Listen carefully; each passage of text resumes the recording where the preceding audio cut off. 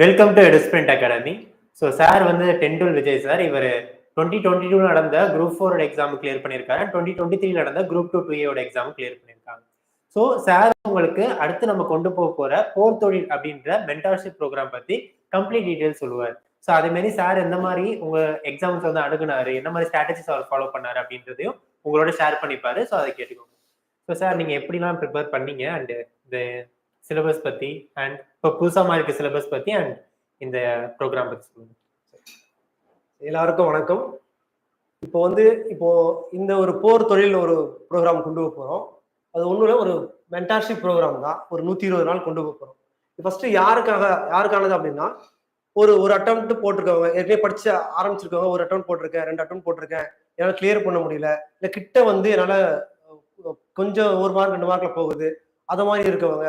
இன்னொன்னு பாத்தீங்கன்னா, நல்ல எஃபர்ட் போடுறேன், நிறைய படிக்கிறேன், ஆனா ஒரு மார்க் வந்து ஒரு ஸ்டேஜுக்கு மேல இம்ப்ரூவ் ஆகவே மாட்டேது. ஒரு 145 வருது, 150 வருது, 155 வருது, அதுக்கு மேல ஏன்னா ஸ்கோர் ஆகவே மாட்டேது. அடுத்தடுத்த எக்ஸாம் அதே ஸ்டேஜ் தான் இருக்கேன் அப்படின்றவங்களுக்காக தான் இந்த ப்ரோக்ராம் கொண்டு போறோம். ஒவ்வொரு யூனிட்லயும் பாத்தீங்கன்னா நல்லா ஃபோக்கஸ் பண்ணி ஒவ்வொரு யூனிட்டும் அப்படியே நல்ல பொறுமையா அதுல வந்து இம்ப்ரூவ் பண்ணி அதை கான்சன்ட்ரேட் பண்ணி ஒரு 15 நாளைக்கு ஒரு யூனிட்டா படிச்சு அதுல நல்லா அதுக்கு ரிலேட்டடான ப்ரீவியஸ் இயர்லாம் கொஸ்டின்லாம் ப்ராக்டிஸ் பண்ணி கொண்டு போறோம். இது எப்படி எவ்வளவு உங்களுக்கு யூஸ்ஃபுல்லா இருக்கும் அப்படின்னு பாத்தீங்கன்னா, நீங்க நான் படிக்கும் போது பாத்தீங்கன்னா, ஒரு டாபிக் படிக்கிறேன் அப்படின்னா அது ரிலேட்டட் அன்னைக்கு படிக்கிறேன்னா நான் ப்ரீவியஸ் இயர் கொஸ்டின் நிறையாக்கு ஒவ்வொரு டாபிக் வைஸ் நான் பிரிண்ட் அவுட் எடுத்து வச்சிருப்பேன். அப்ப உடனே போயிட்டு நான் என்ன பார்ப்பேன்னா, அந்த ப்ரீவியஸ் இயர் ஒரு டாபிக் குப்தாஸ் அப்படி படிக்கிறேன், டெல்லி சுல்தான்ஸ் படிக்கிறேன்னா உடனே அந்த ப்ரீவியஸ் இயர் கொஸ்டின் எடுத்து பார்ப்பேன். பார்க்கும்போது பாத்தீங்கன்னா, நான் படிச்ச என்கிட்ட ஒரு சோர்ஸ் இருக்குங்களா, சோர்ஸ் ஸ்கூல் புக்ஸோ இல்ல நம்ம ஏதோ இன்ஸ்டியூட்ல படிக்கிறோம்னா அதுக்கான மெட்டீரியல் இருக்கும், அதுக்கான சோர்ஸ் அதான் நமக்கு அதை படிச்சிருப்போம். அது ரிலேட்டடா நமக்கு ப்ரீவியஸ் இயர் கொஸ்டின் பார்க்கும்போது அந்த நம்ம சோர்ஸ்ல இருந்து படிக்கிற பாயிண்ட்ஸ் வர கொஸ்டின்ல இருக்குதா, அதுல இருந்து நம்ம படிக்கிற கொஸ்டின்ஸ் ப்ரீவியஸ் இயர் கொஸ்டின் பார்க்கும்போது இந்த சோர்ஸ்ல படிச்சாலே அட்டன் பண்ண முடியுதா, அதை நான் வந்து பார்ப்பேன். இல்ல நம்ம படிச்ச டாபிக் படிச்சு முடிச்சிட்டோம், ஆனா அங்க கொஸ்டின் வந்து பாத்தீங்கன்னா அதே டாபிக்ல புதுசா ஒரு கொஸ்டின் ஏதாவது இருக்கா, அப்ப படிச்சதுல இருந்து எக்ஸ்ட்ரா இருக்கா, அது மாதிரி கொஸ்டின்ஸ் எல்லாம் கொஞ்சம் எக்ஸ்ட்ரா கேதர் பண்ணிப்பேன். அது இல்லாம அந்த ப்ரீவியஸ் இயர் கொஸ்டின்ல பார்க்கும்போது நம்ம எக்ஸ்பிளேஷன் பார்க்கும்போது அது 4 ஆப்ஷனுக்கும் எக்ஸ்ட்ரா பாயிண்ட் தேடும். அப்படின்னும் போது இன்னும் எக்ஸ்ட்ரா பாயிண்ட் நம்ம நிறைய ஆட் பண்ணுவோம். அதை மாதிரி இம்ப்ரூவ் பண்ணும் போது தான் நீங்க நம்ம 1 மார்க் 2 மார்க்ல போகுது, இல்ல ஒரே ஸ்டேஜ்ல 150ல அப்படியே நிக்கிறோம் அப்படின்னா அடுத்த ஸ்டேஜ்க்கு நம்ம இம்ப்ரூவ் பண்றதுக்கு இதெல்லாம் யூஸ்ஃபுல்லா இருக்கும். கண்டிப்பா ப்ரீவியஸ் இயர் கொஸ்டின் டெய்லியுமே பார்க்கணும். ஒரு டாபிக் ஒரு யூனிட்ல ஏதோ டாபிக் படிக்கணும்னா அது ரிலேட்டட் டெய்லியும் ப்ரீவியஸ் இயர் கொஸ்டின் ப்ராக்டிஸ் பண்ணிட்டே இருக்கும். இப்போ வந்து மெயினா ஃபோக்கஸ் பண்ணி கொண்டு போறது இந்த ப்ரோக்ராம் ப்ரீவியஸ் இயர் கொஸ்டின் தான். அது எப்படி கொண்டு போறோம் அப்படின்னு பார்க்கலாம். சரிங்களா? இது பாத்தீங்கன்னா ஒரு நாளைக்கு ஒரு 120 நாள் ஷெட்யூல் போட்டிருக்கோம். ஒவ்வொரு மாசத்துக்கும் பாத்தீங்கன்னா ஒரு 15 டேஸ்க்கு வந்து பாத்தீங்கன்னா ஒரு டாபிக் எடுத்து ஒரு யூனிட் எடுத்து கொண்டு போறோம். இப்போ பாத்தீங்கன்னா ஃபர்ஸ்ட் மேக்ஸ் பாத்தீங்கன்னா இப்போ வந்து உங்களுக்கு அதுலயே யூனிட் வைஸ் கொடுத்துட்டா எல்லா டாபிக்கும் அதுல என்னென்ன கொஸ்டின் எவ்வளவு கொஸ்டின் வரப்போதும் கிளியராவே சொல்லிட்டேன். மேக்ஸ்ல 15 இருக்கு ஆப்டிடியூடு, 15 ஆப்டிடியூடு, 10 மார்க் கொஸ்டின் வந்து ரீசனிங் சொல்லிட்டேன். அப்போ ரீசனிங் மேக்ஸ்க்கு மட்டும் எப்படின்னா ப்ரீவியஸ் இயர் கொஸ்டின் கண்டிப்பா ப்ராக்டிஸ் பண்ணணும். ஆனா அது மற்ற டாபிக் போது பாத்தீங்கன்னா படிச்சிருவோம், ப்ரீவியஸ் கொஸ்டின் பார்த்து டெஸ்ட் போட்டு அதை எக்ஸ்பிளைன் பண்ணா போதும். அந்த மேக்ஸ்ல என்னது ஒரு கிளாஸ் மாதிரி உங்களுக்கு சொல்லி கொடுத்தாதான் புரியும். புரிஞ்சதுக்கு அப்புறம் அதை ப்ராக்டிஸ் பண்ணா அதை யூஸ்ஃபுல்லா இருக்குன்னு சொல்லிட்டு மேக்ஸ்க்கு மட்டும் டெய்லி கிளாஸ் போகும். ஒரு 3 hours கிளாஸ் போகும். டாபிக் வைஸ் ஒரு நாளைக்கு ஒரு டாபிக் கிளாஸ் போகும். அதுக்கப்புறம் ஈவினிங் பாத்தீங்கன்னா அதுக்கான ப்ரீவியஸ் இயர் கொஸ்டின் ப்ராக்டிஸ் இருக்கும். ப்ராக்டிஸ் அப்புறம் அதுல அந்த ப்ரீவியஸ் இயர் கொஸ்டின் வச்சு அந்த டாபிக் ரிலேட்டடான டெஸ்ட் போகும். அது மாதிரி தான் மேக்ஸ் போகுது. அது ஒரு 15 டாபிக் 15 டேஸ் போகுது. அதுக்கு அதே போல ஒவ்வொரு நாளும் என்னன்னா கரண்ட் அஃபேர்ஸ் டெய்லியும் கரண்ட் அஃபேர்ஸை டிஸ்கஸ் பண்ணுவோம். Current affairs important role play பண்ணும். ஏன்னா யாருமே அதான் படிக்க மாட்டாங்க. ஆனா நீங்க ரொம்ப எஃபர்ட் போட தேவையில்ல, அதுக்குன்னு தனியா ஒதுக்க தேவையில்ல. அப்போ கொஞ்சம் டெய்லி ஒரு 10 பாயிண்ட் எடுத்தா போதும். கரண்ட் அஃபேர்ஸ் எடுத்துட்டு அதை கொஞ்சம் நீங்க அது நம்ம ஒவ்வொரு யூனிட்டுக்கு ரிலேட்டடா எப்படி வருது, அது பாலிட்டி கனெக்ட் பண்ணும், எக்கனாமிக்ஸ் கனெக்ட் பண்ணும், ஜியோகிராஃபியை கனெக்ட் பண்ணும், அது ரிலேட்டடா வருதோ அதுக்குள்ள போயிட்டு நம்ம அந்த பாயிண்ட் எடுத்துக்கணும். கரண்ட் அஃபேர்ஸ் வந்து இந்த மெயின் சப்ஜெக்ட் கனெக்ட் பண்ற மாதிரி இருக்கும். அப்படி அந்த பாயிண்ட் ஆஃப் வியூ எடுத்து பாத்தீங்கன்னா கரண்ட் அஃபேர்ஸும் உங்களுக்கு வந்து கண்டிப்பா வந்து கை கொடுக்கும். ஒவ்வொரு மார்க்குமே இம்பார்ட்டன்ட் தான். இப்போ நீங்க வந்து சிலபஸ்ல நிறைய பேரோட மைண்ட் செட் எப்படி இருக்குன்னா, சிலபஸ் கொடுத்துட்டா இன்னொன்னு சிலபஸ்ல ஒவ்வொரு யூனிட்லயும் எவ்வளவு கொஸ்டின் வரப்போகுதுன்னு சொல்லிட்டான். அப்படின்னும் போது ஒரு யூனிட்ல கொஞ்சோண்டு கொஸ்டின் 5 மார்க் 5 கொஸ்டின் தான் வரப்போகுது, 2 கொஸ்டின் தான் வரப்போகுது அப்படின்ற போது எது கம்மியா இருக்கு அது விட்டுலாம் கூடாது, எதுவுமே விடக்கூடாது. எல்லா யூனிட்டும் கவர் பண்ணணும். அதனால எல்லாத்தையும் படிக்கணும். ஒருவேளை உங்களால படிக்க முடியாம போகுது அப்படின்னா அந்த யூனிட்ல மினிமம் உங்களுக்கு என்ன மெயின் டாபிக்கோ அந்த டாபிக்காவது நீங்க வந்து ஃபோக்கஸ் பண்ணி படிச்சிருக்கணும். அதனாலதான் நம்ம என்ன கரண்ட் அஃபேர்ஸ் படிக்கும். கரண்ட் அஃபேர்ஸ் ஒரு கொஸ்டின் 2 கொஸ்டின் வருதா இல்ல 5 கொஸ்டின் வருதா அப்படின்னா அதையே அது நம்ம ஃபோக்கஸ் பண்ணி படிச்சாகும். அதனால டெய்லியுமே அது ஒரு கரண்ட் அஃபேர்ஸ் டிஸ்கஷன் இருக்க போது. அது இல்லாம இது எல்லாமே இதுவரை ஒவ்வொரு யூனிட்டும் நம்ம வந்து பார்த்தீங்கன்னா ஃபுல்லா பார்த்தீங்கன்னா அதுக்கான எக்ஸ்பிளனேஷன் இருக்க போது. டெய்லியும் ஒரு டாபிக்கும் மேக்ஸ் பொறுத்த வரைக்கும் மேக்ஸ் கிளாஸ் இருக்க போது, ஈவினிங் மதியத்துக்கு மேல ப்ரீவியஸ் இயர் கொஸ்டின் டிஸ்கஷன் இருக்க போது, அதுக்கப்புறம் டெஸ்ட் இருக்க போது. அதே போல மற்ற சப்ஜெக்ட்டுக்கும் ஒரு 15 டேஸ்க்கு ஒரு யூனிட். ஒரு ஃபர்ஸ்ட் 15 நாள்ல யூனிட் 8னா அடுத்த 15 நாளைக்கு என்னது ஹிஸ்டரி இருக்க போகுது. அது மாதிரி ஒரு 15 நாளைக்கும் ஃபுல்லா பொறுமையா நிதானமா ஒவ்வொரு டாபிக்கா படிச்சு அது ரிலேட்டடான கொஸ்டின்ஸை ப்ரீவியஸ் இயர் கொஸ்டின்ஸை டிஸ்கஸ் பண்ணி அது ரிலேட்டட் டெஸ்ட் போட போறோம். நீ பார்க்கும்போது அதுல ஒவ்வொரு பாயிண்ட் ப்ரீவியஸ் இயர் கொஸ்டின் பார்த்துட்டு டெஸ்ட் போடும் போதும் இல்ல அது ரிலேட்டட் எக்ஸ்ட்ரா பாயிண்ட் நம்ம எக்ஸ்பிளனேஷன் பார்க்கும் போதும் நிறைய பாயிண்ட் சேகரிக்க முடியும். அதெல்லாம் பாயிண்ட் நீங்க சொல்லும் போது கிட்ட வந்து நிக்குது இல்ல மார்க் இம்ப்ரூவ் ஆக மாட்டேது அதே நிக்குது அதெல்லாம் இம்ப்ரூவ் பண்றதுக்கான ஒரு நல்ல மெத்தட் தான் இது.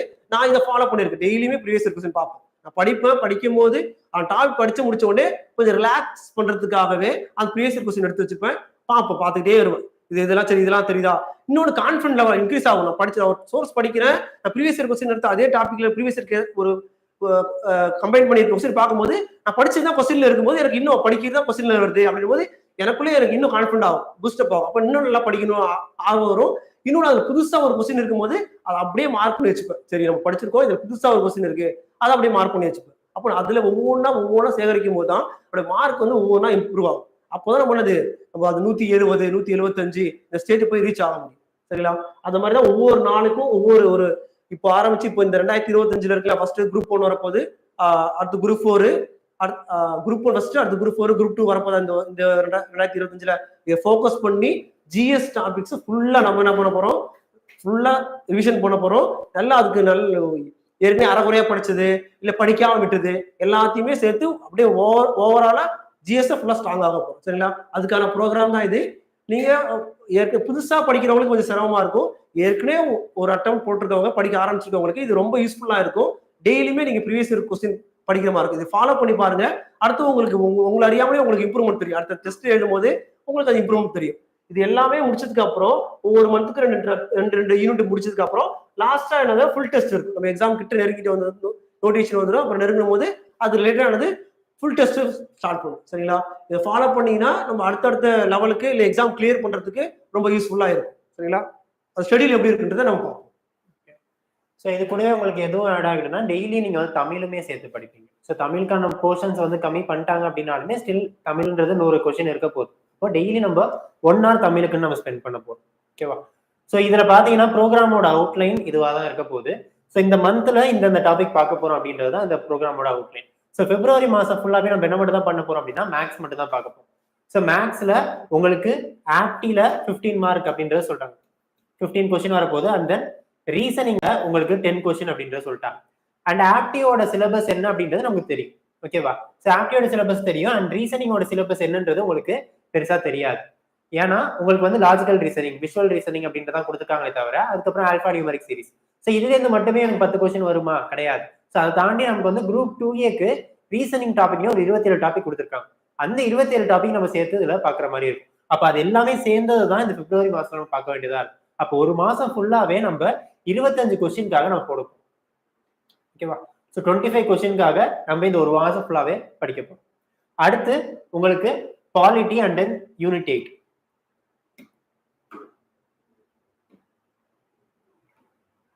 ஓகே. ஸோ பாலிட்டில இருந்து மட்டுமே உங்களுக்கு எவ்வளவு கொஸ்டின்ஸ் வரும்ன்றது சொல்லியிருக்காங்க. 15 கொஸ்டின்.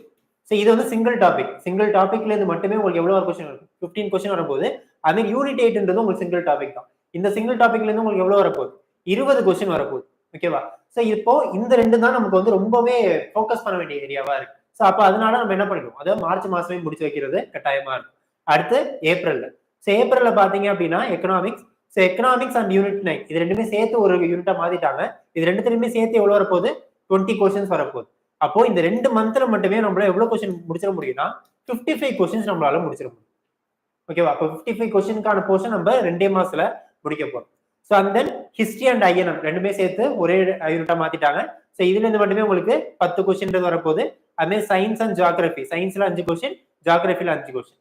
ஸோ இப்படிதான் உங்களுக்கு ஸ்பிட் அப் அப்படின்றது இருக்க போகுது. ஸோ இது கூடவே எல்லா நாளுமே நம்ம என்னவும் பார்க்க போறோம், தமிழுமே பார்க்க போறோம். ஓகேவா? ஸோ இது முடிச்ச பிறகு நம்ம ஜூலைல தான் நமக்கு என்ன வரப்போகுது, group 1 exam, sorry group 4 exam வரப்போகுதுன்னு சொல்லியிருக்காங்க. ஸோ அப்போ ஜூலை 1ஆம் தேதியிலேருந்து உங்களுக்கு ஃபுல் மார்க் டெஸ்ட் அப்படின்றது ஆரம்பிச்சிடும். அதான் இங்க ரிவிஷன் அப்படின்றது போட்டோம். ஓகேவா? ஸோ இதுதான் அவுட்லைன். இந்த அவுட்லைன் யூஸ் பண்ணி தான் நம்ம பார்க்க போறோம். அண்ட் உங்களுடைய ஸ்பிட் அப் எப்படி தான் இருக்கும், ஒவ்வொரு யூனிட் வைஸ் ஸ்பிட் அப் அப்படின்றது ஜியோகிராஃபின்னு எடுத்துக்கிட்டீங்கன்னா ஜியோகிராஃபியோட டே 1 வரும்போது இதெல்லாம் தான் நீங்க பார்ப்பீங்க. ஓகேவா? ஸோ அந்த மேக்ஸோட டே 1 வரும்போது இதெல்லாம் பார்ப்பீங்க. So history, INM, polity, economics, unit 8 and unit 10. So இதுதான் உங்களுக்கு வந்து டாபிக்கான ஸ்பிட் அப்பாகவும் இருக்கும். ஓகேவா? ஸோ இதுதான் உங்களுக்கு ப்ரோக்ராமோட ஸ்ட்ரக்சர். ஓகேவா? ஸோ இந்த ப்ரோக்ராம் வந்து பாத்தீங்க அப்படின்னா சார் சொன்ன மாதிரியே ஆல்ரெடி எக்ஸாம்ஸ் எழுதியிருக்கேன், பட் என்னால கிளியர் பண்ண முடியல அப்படின்னு நினைக்கிறவங்களுக்கு இது ரொம்பவே யூஸ்ஃபுல்லான ப்ரோக்ராம். ஸோ இது ஃபுல் அண்ட் ஃபுல் உங்களுக்கு ப்ரீவியஸ் இயர் கொஸ்டின் அது ஓரியன்டான கிளாஸஸ் அப்படிதான் போக போகுது. ஸோ அப்போ இதை நீங்க ஒழுங்கா படிச்சீங்க அப்படின்னாலே அடுத்து வர போற குரூப் 1 இருந்தாலும் சரி, குரூப் 4 இருந்தாலும் சரி, குரூப் 2 இருந்தாலும் சரி, உங்களால கிளியர் பண்றதுக்கு உங்களுடைய சான்சஸை நீங்களே அதிகப்படுத்திக்கிறீங்க அப்படின்னா. ஓகேவா? ஸோ இந்த ப்ரோக்ராம்ல எப்படி ஜாயின் பண்ணணும் அப்படின்றதுக்கான டீடைல்ஸ் வேணும் அப்படின்னா இந்த கான்டாக்ட் நம்பருக்கு கான்டாக்ட் பண்ணுங்க, உங்களுக்கான ஃபுல் டீடைல்ஸ் அப்படின்றது தருவோம்.